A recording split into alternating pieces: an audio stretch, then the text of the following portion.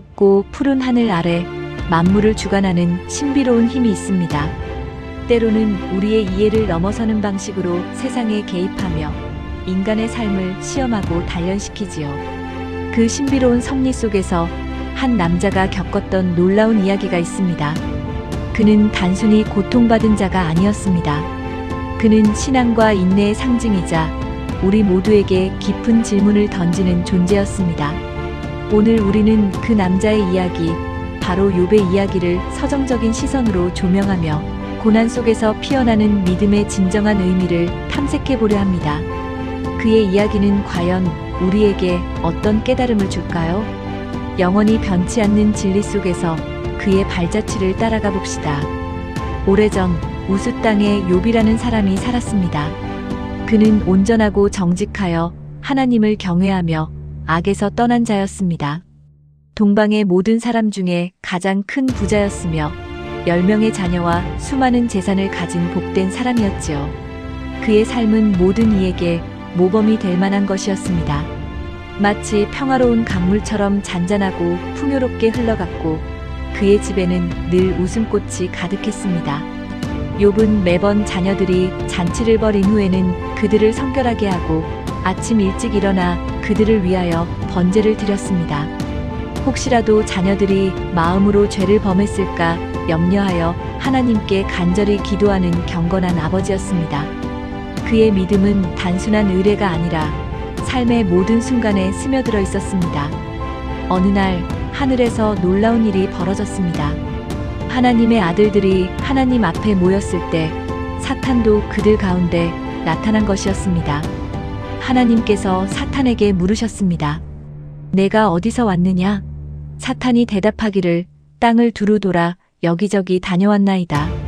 그러자 하나님께서 사탄에게 말씀하셨습니다. 내가 내 종 욥을 주의하여 보았느냐? 그와 같이 온전하고 정직하여 나를 경외하며 악에서 떠난 자가 세상에 없느니라. 하나님은 욥의 믿음을 자랑스럽게 여기셨습니다. 하지만 사탄은 비웃듯이 말했습니다. 욥이 어찌 까닭없이 하나님을 경외하리이까? 주께서 그와 그의 집과 그의 모든 소유물을 울타리로 두루사 보호하셨기 때문이 아니니까? 주께서 그의 손으로 하는 일을 복되게 하사 그의 소유물이 땅에 넘치게 하셨음이니이다. 이제 주의 손을 펴서 그의 모든 소유물을 쳐보소서. 그리하시면 틀림없이 주를 향하여 욕할 것이니이다. 이 말을 들으신 하나님께서는 사탄에게 허락하셨습니다. 내가 그의 소유물을 다 내 손에 맡기노라. 다만 그의 몸에는 내 손을 대지 못할지니라. 이것은 욥의 믿음을 시험하는 감당하기 어려운 시련의 시작이었습니다. 사탄은 하나님의 허락을 받고 욥에게서 떠났습니다. 그날 욥의 자녀들이 맏아들의 집에서 음식을 먹으며 포도주를 마시고 있을 때 비극적인 소식이 연이어 욥에게 전해지기 시작했습니다. 스바 사람이 갑자기 쳐들어와 소와 나귀를 빼앗아가고 종들을 칼날로 죽였다는 소식, 하늘에서 불이 내려와 양과 종들을 살라버렸다는 소식, 갈대아 사람이 셋대로 나누어 낙타를 빼앗아가고 종들을 칼로 죽였다는 소식, 그리고 마침내 가장 견디기 힘든 소식이 들려왔습니다. 그의 모든 자녀가 맏아들의 집에서 잔치하다가 큰 바람이 불어 집이 무너져 그들이 모두 죽었다는 청천벽력 같은 소식이었습니다. 이 모든 소식을 들은 욥은 자리에서 일어나 겉옷을 찢고 머리털을 밀며 땅에 엎드려 경배했습니다. 그리고 이렇게 고백했습니다. 내가 모태에서 알몸으로 나왔사온즉 또한 알몸이 그리로 돌아가올지라. 주신 이도 여호와시오 거두신 이도 여호와시오니 여호와의 이름이 찬송을 받으실지니이다. 이 모든 일에 욥은 범죄하지 아니하고 하나님을 향하여 원망하지도 아니했습니다. 그의 믿음은 고난 앞에서 더욱 견고해지는 듯 보였습니다. 그러나 사탄의 시험은 여기서 끝나지 않았습니다. 또 다른 날 하나님의 아들들이 하나님 앞에 모였을 때 사탄도 그들 가운데 함께 있었습니다. 하나님께서 다시 사탄에게 물으셨습니다. 내가 어디서 왔느냐? 사탄이 대답하기를 땅을 두루 돌아 여기저기 다녀왔나이다.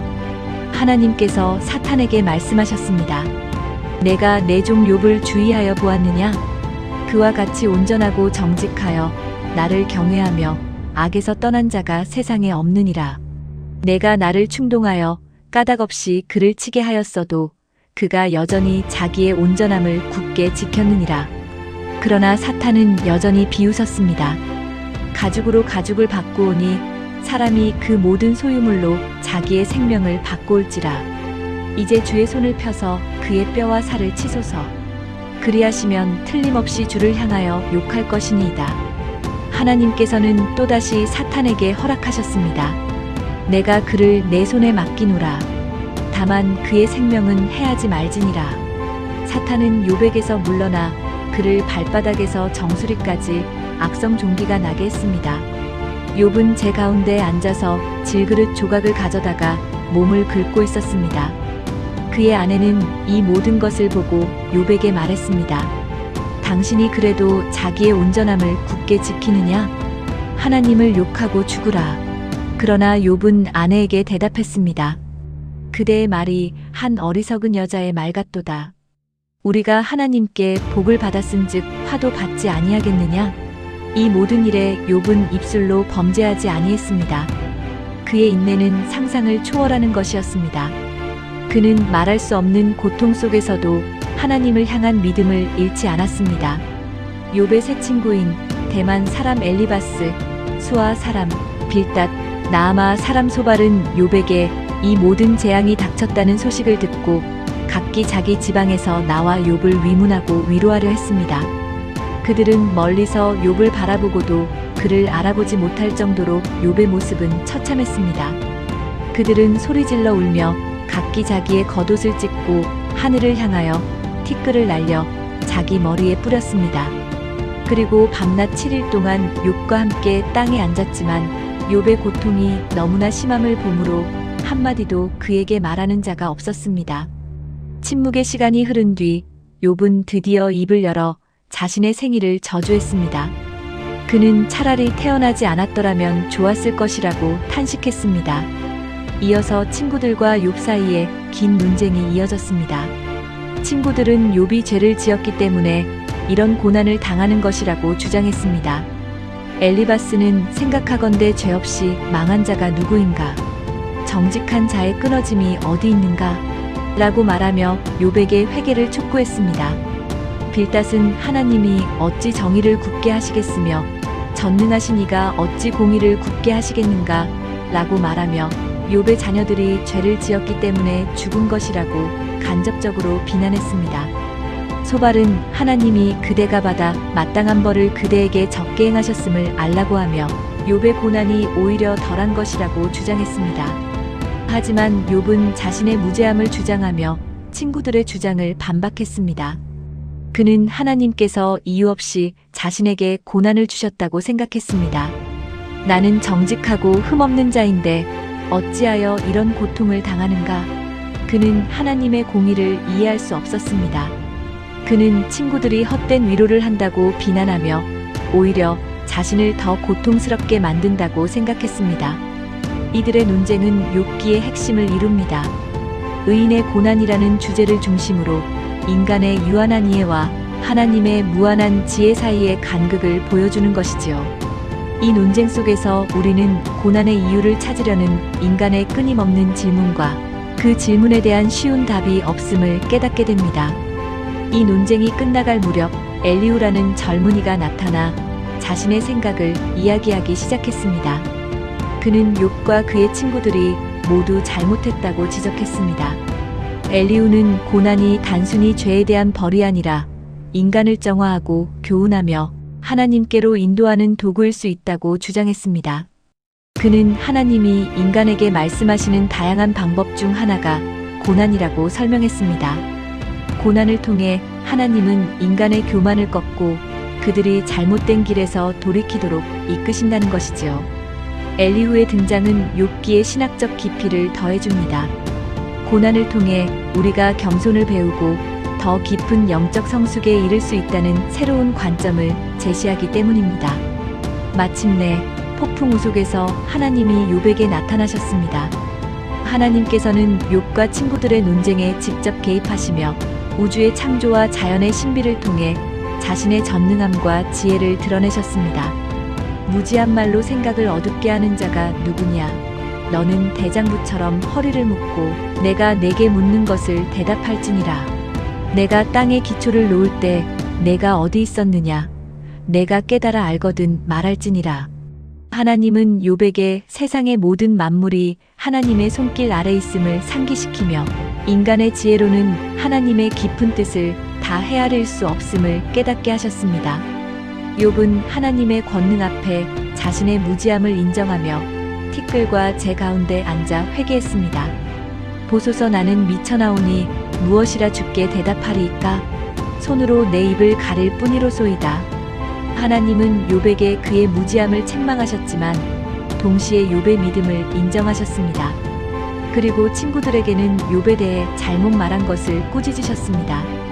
너희가 나를 가리켜 말한 것이 내 종 욥의 말처럼 옳지 못함이니라. 하나님께서는 친구들에게 욥에게 가서 번제를 드리라고 명령하시며 욥이 그들을 위하여 기도하면 그 기도를 받아주시겠다고 말씀하셨습니다. 욥은 친구들을 위하여 기도했고 하나님께서는 욥의 기도를 들으셨습니다. 그리고 놀랍게도 하나님께서는 욥의 고난을 돌이키사 그에게 이전 모든 소유보다 갑절이나 더 주셨습니다.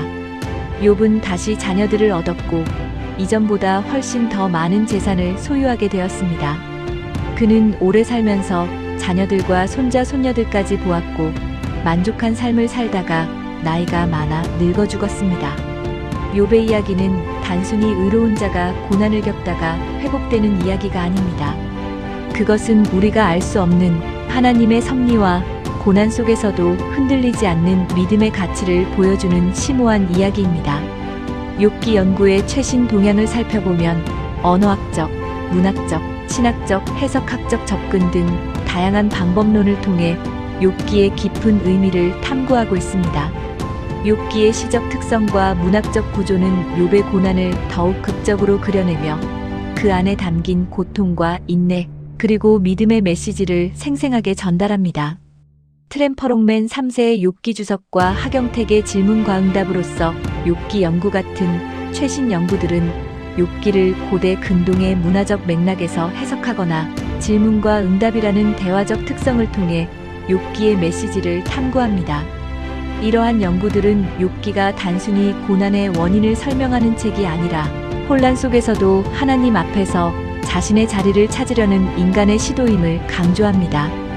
욥기는 의인에게 일어나는 이해할 수 없는 고통에 대한 인간의 반응을 기록한 책이며 세상의 불공정한 고난 속에서 신자들이 하나님의 공의와 지혜를 어떻게 조화시킬 수 있는지 갈등하는 내용을 담고 있습니다. 우리는 욥의 이야기를 통해 고난이 언제나 죄의 결과가 아닐 수 있음을 배웁니다. 때로는 하나님께서 우리의 믿음을 단련시키고 우리를 더욱 깊은 영적 성숙으로 이끌기 위해 고난을 허락하시기도 합니다. 욥은 고난 속에서도 하나님을 향한 신뢰를 놓지 않았고 결국 하나님의 지혜와 섭리를 깨닫게 되었습니다. 그의 이야기는 고난 앞에서 좌절하는 우리에게 희망과 인내의 메시지를 전하며 어떠한 상황 속에서도 하나님을 경외하고 믿음을 지키는 것이 얼마나 중요한지를 일깨워줍니다. 이처럼 욥의 이야기는 시대를 초월하여 많은 사람들에게 깊은 울림을 주며 우리의 신앙 여정에서 중요한 이정표가 됩니다. 그의 삶은 우리에게 묻습니다. 당신은 고난 속에서도 변함없이 믿음을 지킬 수 있겠습니까? 이 모든 것은 하늘 아래 만물을 주관하는 신비로운 섭리 속에서 이루어지는 일입니다. 욥의 고난과 회복은 우리가 이해할 수 없는 하나님의 지혜와 사랑을 보여주는 증거이며 우리 또한 삶의 고난 앞에서 욥처럼 온전한 믿음으로 하나님께 나아가야 함을 가르쳐줍니다. 고난은 결코 끝이 아니라 더 큰 축복과 깨달음으로 나아가는 과정일 수 있습니다. 욥의 이야기가 여러분의 삶에도 깊은 영적인 통찰과 위로가 되기를 바랍니다. 도움이 되셨다면 구독과 좋아요 눌러주세요.